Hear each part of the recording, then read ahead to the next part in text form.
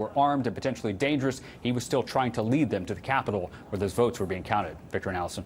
Okay, Josh Campbell, thank you for that reporting. Joining us now are CNN political commentators Errol Lewis and S.E. Cupp. We also have CNN senior legal analyst Ellie Honig back with us and CNN law enforcement analyst Jonathan Wackrow. He is a former Secret Service agent himself under President Obama. So, Jonathan, I want to start with you. Correct me if I'm wrong. Isn't the biggest part of this story that if it was too dangerous for Secret Service agents to take the president to the Capitol, it was too dangerous for the vice president and the lawmakers and the police officers who didn't know what they were about to be confronting. And the Trump administration did nothing to call off that crowd with weapons. Absolutely, Allison. That's spot on analysis right there. I mean, listen, let's just take a step back. We know that, through prior testimony, we actually do know that the president was angry. His intent was to go to the U.S. Capitol. And then when told by the Secret Service that he wasn't going to be able to go, his anger elevated. What's at dispute is what was the level of that anger? Did it manifest itself physically inside of that limo? We'll get the answer soon when these agents testify under oath as to actually what happened inside that limo. But let's not miss this main point, which is a determination was made by the Secret Service as to the feasibility of taking the president up to the U.S. Capitol. The return on that information was that the threat environment of the U.S. Capitol was too elevated. The operational environment was deteriorating. The security around the Capitol was deteriorating. Capitol Police were not able to contain the protesters and rioters that were coming up there. And now we know from testimony earlier this week that individuals outside of the ellipse had weapons. So the Secret Service knew that, local law enforcement knew that. The threat assessment was quickly done. Hey, we can't move the protectee, the president of the United States, from the ellipse to the U.S. Capitol. Too dangerous. We're going back to the White House. But your point right there is, why wasn't that information relayed to the U.S. Capitol? Why weren't defenses bolstered very quickly? Because we had time. The U.S. Capitol wasn't breached yet, so we had time to bolster the physical defenses of that building, and that did not occur. And that question needs to be answered very quickly.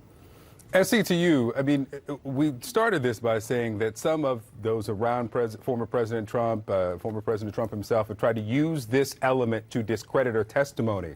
The fact that we are talking about this and not that they knew that there were guns, that there were spears at the ends of flagpoles, and what was coming, how much of that is a victory for those who are trying to discredit Hutchinson? Well, let me just also add to Allison's excellent point and Jonathan's excellent point that the president also said, let them in, they're not here to hurt me. He did not know that. There are threats against the president all the time.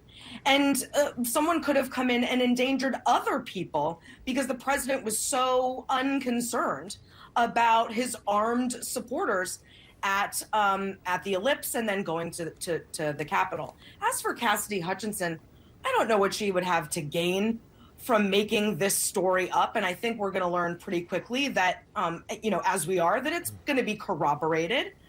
This is a person who is happy to work for Trump, happy to work in the White House, told her college newspaper that it was the honor of her life to work in the Trump administration as an intern.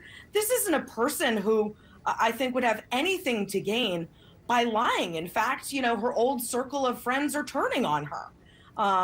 Trump world is turning the screws on her. So I think we can believe her, and I think our reporting will probably lead to the conclusion that she had been, told this by Tony Ornato and that others had as well.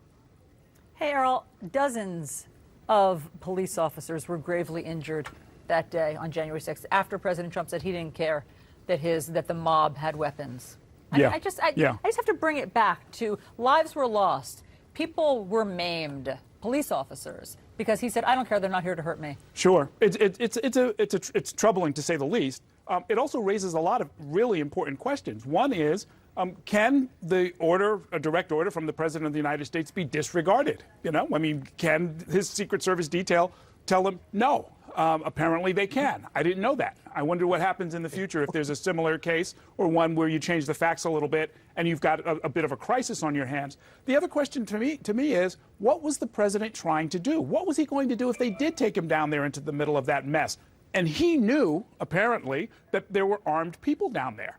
I mean, what was he intending to do? Was he intending to sort of, I guess, bully maybe and bluster his way into the building? At what point would that then turn into a confrontation, say, between what, his detail and the Capitol Police and the rioters, all in a three-way melee inside the Capitol? It's unbelievable that these things would happen. I would only also say that, look, Cassidy Hutchinson, her name and face are on the record. She rose her hand and she swore under oath that what she'd heard was true, that what she knew, to the best of her ability, was the truth. Those who are trying to discredit her are free to contact the committee and under oath do the same thing. And if they can't, they should obviously not be given the same level of serious regard that she has really won for herself. To that point, Ellie, in determining the credibility of one side of this discussion and the other, what are the considerations here? Well, Victor, this is a standard battle that plays out in almost every trial. Oftentimes, when a defense lawyer is confronted with a witness who provides devastating testimony and they can't really do anything with the core of the testimony, the strategy is, let's pick out a detail that we think is vulnerable, that we can maybe get someone to take the stand and contest, and say, aha, we contest that detail, therefore you should disregard everything that this person has said. The counter is that is the 38th most important thing in this story. Did the president lunge for the wheel or not? It is undisputed. Donald Trump was desperate to go down to the Capitol. That is the point. And how do you determine credibility? There's no mechanical formula. You've just heard S.E. Cupp and Errol Lewis do the same calculation that jurors do every day. Who has more of an incentive? Does Cassidy Hutchinson have some incentive to lie here? No. Does Tony Ornato, by the way, have a history of telling people things that they then report and he then denies? Yes. He's done it to Hutchinson. He did it to our colleague Alyssa Farah. He did it to Lieutenant Colonel Keith Kellogg. And so you have to ask, who has more credibility here? And again, keep in mind, Cassidy Hutchinson is backed up on the core of her testimony, left, right, and center, including by Donald Trump's own admissions. Hey, Jonathan, how about the scenario that Errol just laid out, about Errol's question? If when you were working as a Secret Service agent for President Obama, if he'd said, I really want to do something, and you'd said, sir, it's not safe, who wins?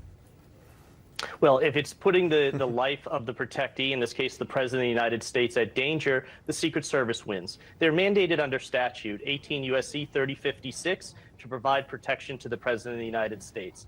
This is not a choose-your-own-adventure if you're the president. It's not you get to do whatever you want.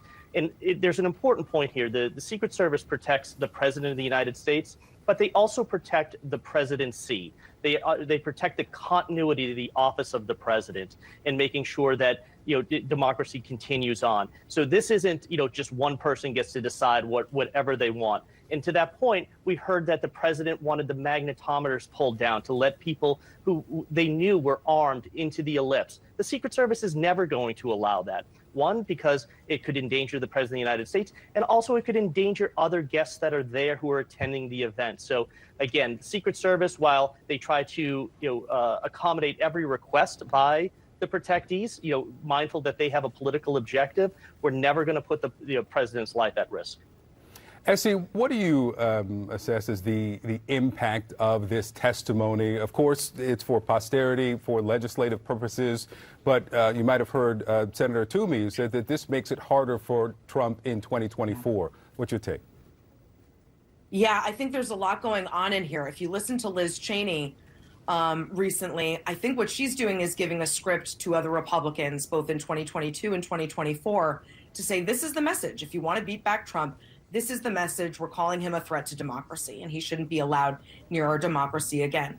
Then you've got folks that used to be firmly in Trump's camp, folks at Fox News, Mick Mulvaney, folks from his inner circle coming out and saying, this is really, really bad.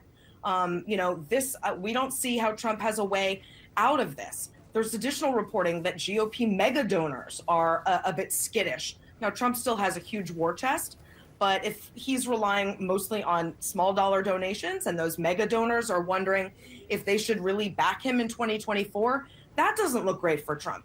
Add to all of that, Ron DeSantis is, climbing in the polls, and it has not been a great couple of weeks for Donald Trump.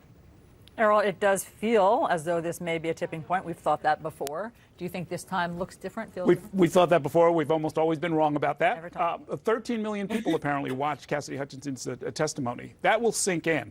I think there are key categories of voters, independents in particular, people who are genuinely on the fence about their party allegiances or how they feel about Donald Trump, who I think you can't underestimate the impact that this will have. And I think the impact can be gauged in part by the fact that the president, who's been removed and banned from Twitter, took to his own substandard social media platform to try and discredit her as well. He knows there's a problem here, and I think that will continue. Essie, Errol, Jonathan, Ellie, thank you all.